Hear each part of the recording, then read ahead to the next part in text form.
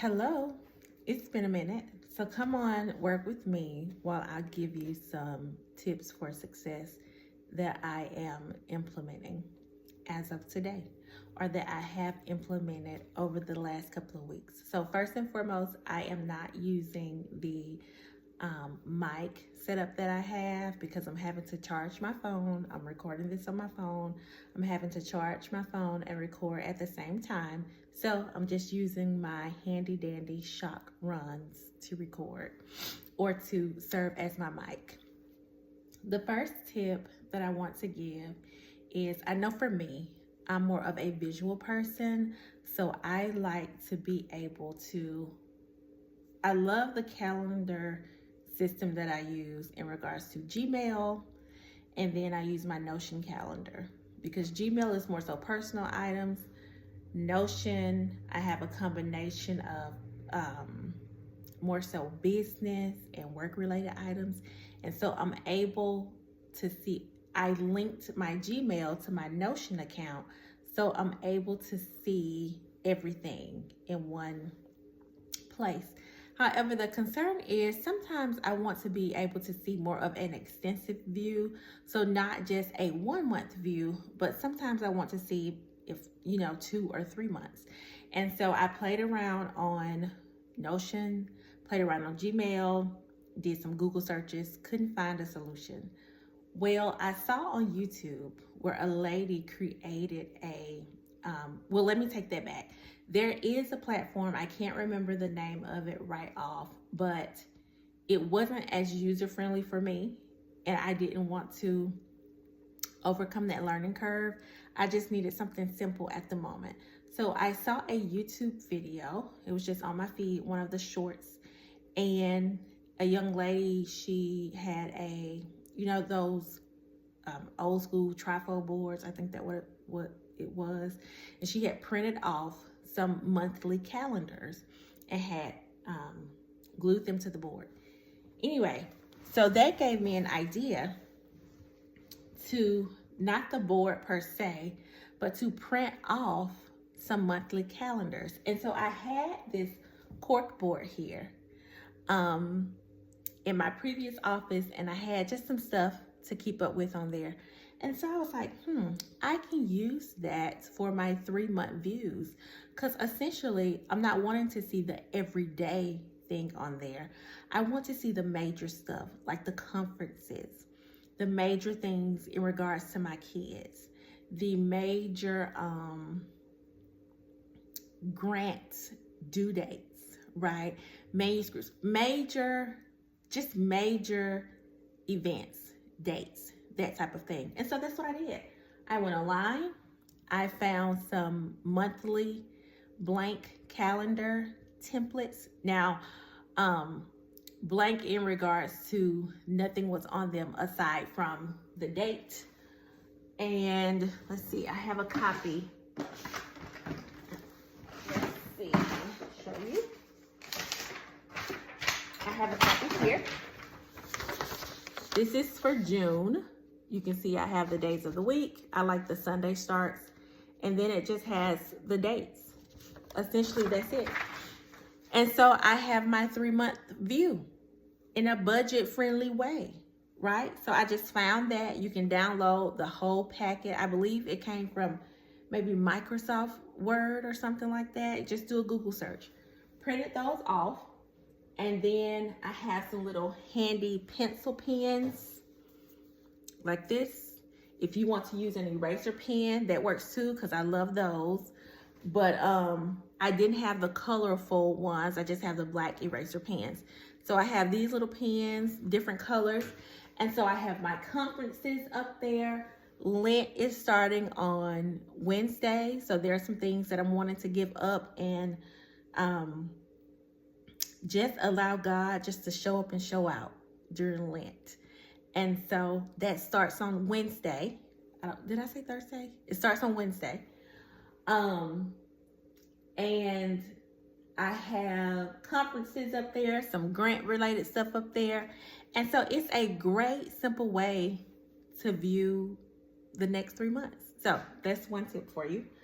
The thing I'm needing to work on, and I have about 15 minutes to work before I have to leave, is one thing that I'm learning in academia is, or I have learned, but I really haven't, I can't say that I've applied it in the classroom, but I have more of a, I don't know, just this feeling to apply it more. But the practice of retrieval. So there's different research out there about the practice of retrieval. I believe the name of the book is it Make It Stick? Let me make sure.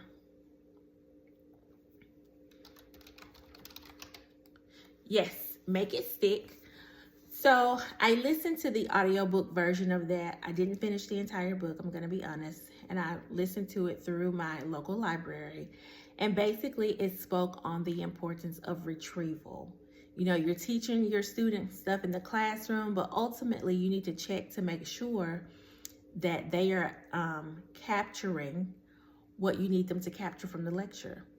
And in order to do that, we need to utilize some types of activities that require them to retrieve that information back.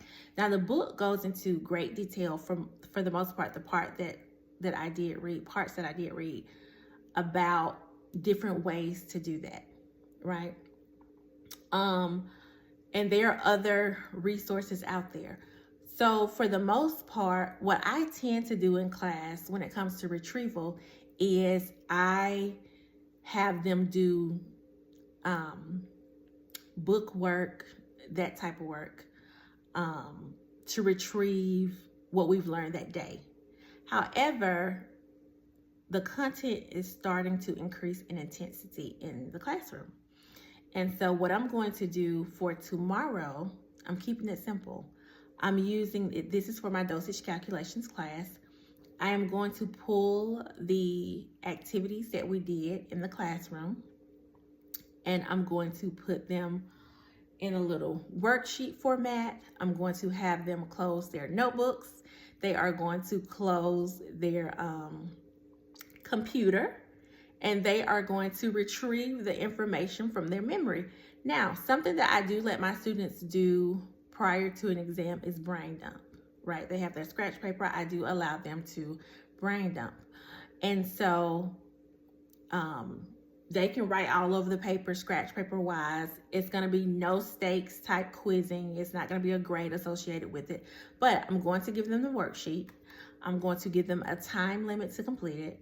And then I'm going to let them work on completing that worksheet, retrieving what we learned last week. Now, you know, perfect world, I'm hoping that they have an understanding of it. And if they didn't, that they use some of the worksheets in their book to the practice to retrieve. But if they did not, then that's also my job as a faculty member. And so, yeah, that is what I'm about to do now. Work on this little worksheet so they can do some retrieval in the classroom. And then the last tip I want to give is, if you haven't found some type of organization software, especially for us who are in academia, find what works for you to help you stay on track with things, okay? There are a lot of free platforms out there that you can use. I know I speak a lot about Notion, and I have some templates already created if you are in academia, whether you are on the instructor side or the instructor and nursing scientist side. I have templates already created for you. Just go to my Etsy site and you can purchase from there.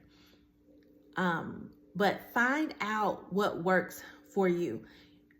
So you really don't have time, or if you have the time to learn how to create something, then do that. But if you don't have the time, there are some budget-friendly alternatives out there for you to use. One is Notion. And like I said, I already have that created for you.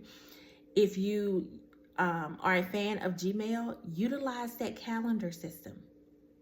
Make it work for you. There are a ton of other resources out there. You can do a quick YouTube search, but you have to figure out what works for you. We are closer to the middle of the semester, and something that I did today was that I just went through my Notion, did a review of my research requirements, teaching requirements, as well as my service requirements. And I did like little updates in my databases, and then I did updates into my calendar. I updated my calendar to reflect the things that I need to do. And one of the things, I'm still talking, was to work on this worksheet for retrieval practice. I also looked at my PowerPoint. It's good to go, so I don't have to do anything different with that. But I wanted to make sure that students had a good understanding of the content that we covered last week. So in order to do that, I need to bring, because if you ask them, you know, they're not really going to say. Some might say they still don't understand. Some may not. So we're going to do a worksheet in class. But find what works for you.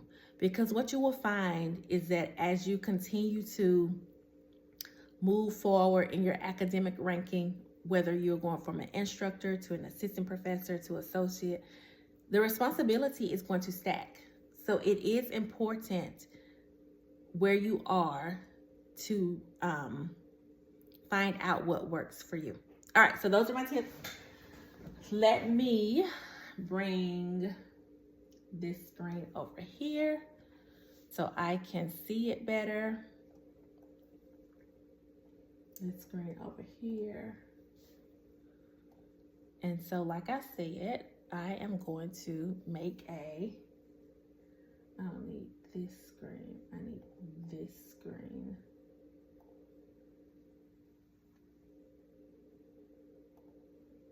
Make a worksheet really quickly.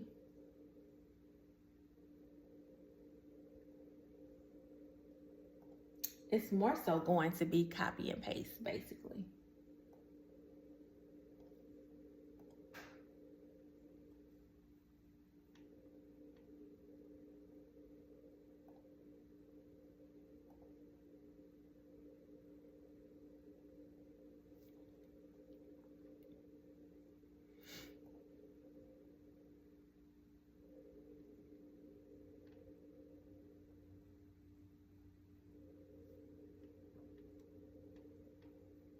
And if I wanted to, because I created a worksheet for them with some of their book work last week. If I wanted to, I could use some of those again.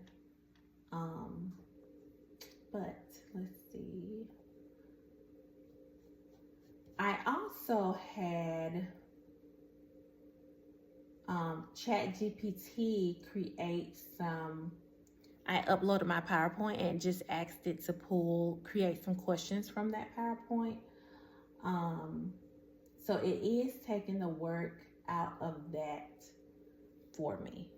So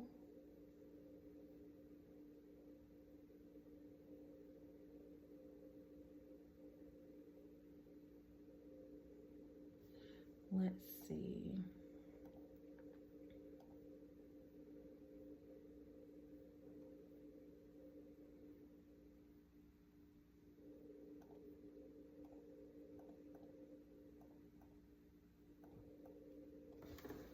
We're going to call this retrieval practice, because essentially that's what it is.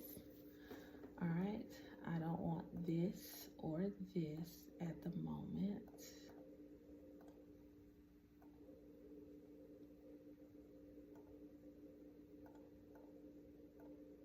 Duplicate this. Now that is one thing that I do love about ChatGPT. I love the duplication that you can do. And I love the, I love the duplication that you can do. All right, so let's see. Let me go to my PowerPoint.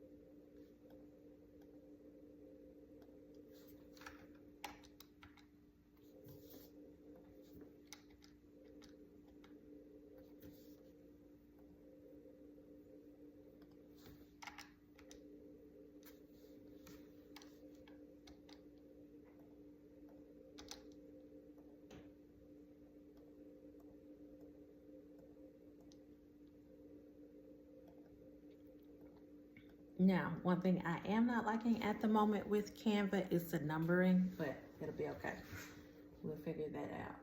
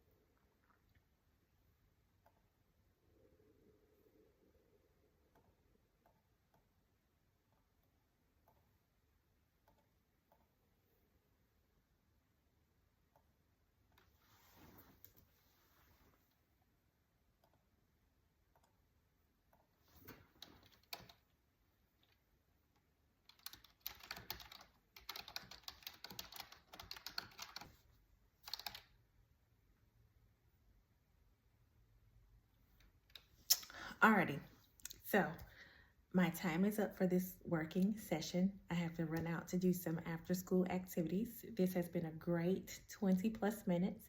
I hope you find the tips that I shared helpful, and my plan is to chat with you soon. Have a great evening. Bye.